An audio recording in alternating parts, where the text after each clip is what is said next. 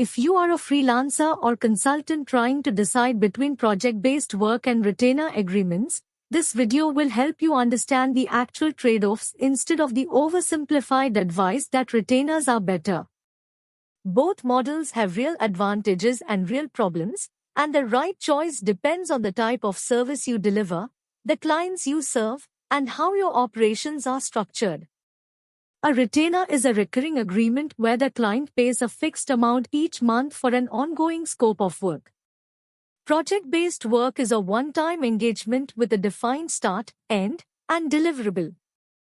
Many service providers assume retainers are the goal because they create recurring revenue, but retainers also create recurring obligations and operational complexity that are not obvious until you are managing 5 of them at once. We will break down the economics of each model, walk through the operational differences, and give you a framework for deciding which one fits your current situation. Project-based work is straightforward to understand. The client has a problem, you propose a solution with a defined scope and price, you deliver it, and the engagement ends. Revenue comes in chunks, one project finishes, you sell the next one. The obvious weakness is income variability. If you finish a project in March and do not close the next one until May, there is a gap. That gap creates pressure to sell constantly, which is why so many freelancers feel stuck on a treadmill of proposals and pitches. But project-based work has structural advantages that are easy to overlook. Each project has a clear end, which means you can evaluate performance, adjust pricing, and improve your process between engagements. If a project goes badly, it ends. You are not locked into a difficult client for 6 months. Project-based work also gives you pricing flexibility. You can charge different rates for different client segments, raise prices for new clients without renegotiating existing contracts, and test new package structures quickly. Retainers solve the income variability problem. A client who pays $2,000 per month for 12 months represents $24,000 in predictable revenue. That predictability makes financial planning easier, reduces the urgency to sell constantly, and creates a stable foundation for hiring or investing in tools. Retainers also deepen client relationships. When you work with someone monthly, you understand their business better, which can lead to more impactful work and additional scope over time. However, retainers introduce a capacity problem. If you have 5 retainer clients each requiring 20 hours per month, that is 100 hours committed before you take on any project work. If a retainer client sends a large request mid-month, you either work overtime or delay your other clients. The recurring commitment is a commitment in both directions, and managing multiple ongoing obligations is operationally harder than managing sequential projects. The economics of retainers and project work differ in ways that are not immediately obvious. Let us compare two scenarios using the same freelancer, a brand strategist who bills $7,500 for a brand strategy project that takes approximately 40 hours over 4 weeks. In the project model, this freelancer can handle roughly one major project per month. Annual revenue at 12 projects per year is $90,000. If one project falls through, they lose $7,500. The effective hourly rate is around $187 if the project comes in at 40 hours. If it runs to 50 hours, the effective rate drops to $150.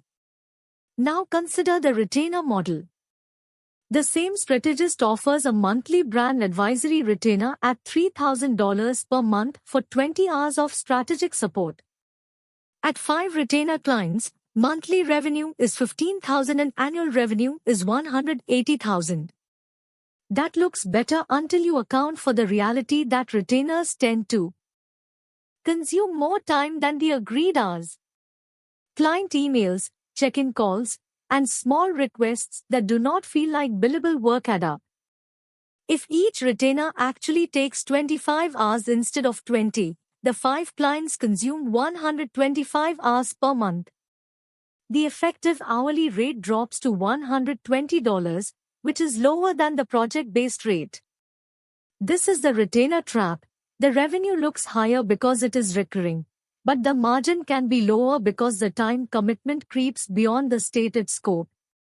To avoid this, retainers need the same scoping discipline as project work. Define what is included each month, set a cap on hours or deliverables, and track actual time spent against the agreement. Without that discipline, retainers become open-ended obligations that pay a flat rate for an expanding scope. The hybrid approach often works well in practice. Keep 2 or 3 retainer clients for baseline revenue stability and fill the remaining capacity with project work at higher per-engagement rates. This gives you the predictability of retainers without fully committing your capacity to recurring obligations. Deciding between retainers and project-based work is not a one-time decision. It is a portfolio allocation that should change as your business evolves. Here is a diagnostic framework to help you evaluate which model fits right now. Question 1. How repeatable is the work? If you deliver the same type of output month after month, such as social media management, ongoing content creation, or regular reporting, retainers make operational sense because the workflow is consistent. If the work is highly variable, like website builds, brand identities, or one-time audits, project-based pricing is a cleaner fit because each engagement has a natural endpoint. Question 2. What does your capacity look like? If you are a solo operator at full capacity, adding retainers means you need to either drop project work or extend your hours. If you have team members who can handle the recurring workload, retainers become more viable because the delivery can be distributed. Question 3. What is your cash flow situation? If income gaps between projects are causing financial stress, even 1 or 2 retainers can stabilize your baseline. If your project pipeline is consistent enough that you are rarely without work, the cash flow argument for retainers weakens and the higher per project margins may be more attractive. Question 4. How do you handle scope creep? If you have strong systems for tracking scope and enforcing boundaries, retainers can be managed profitably. If you tend to absorb extra requests without pushback, retainers will erode your margin over time because the scope expands but the fee stays flat. Here is a practical starting point. If you currently do only project work, do not convert everything to retainers at once. Identify one client who has recurring needs and propose a 3-month retainer pilot with a defined monthly scope. Track your actual hours carefully during those 3 months. If the retainer is profitable and manageable, consider adding a second. If it consumed more time than expected, adjust the scope or the price before adding another. The best service businesses are not all retainer or all project. They are intentionally structured portfolios that balance stability, margin, and operational capacity based on real data from their own engagements, not generic advice about which model is better. Product-based service playbook helps freelancers, consultants, and small agencies turn custom work into repeatable, packaged services.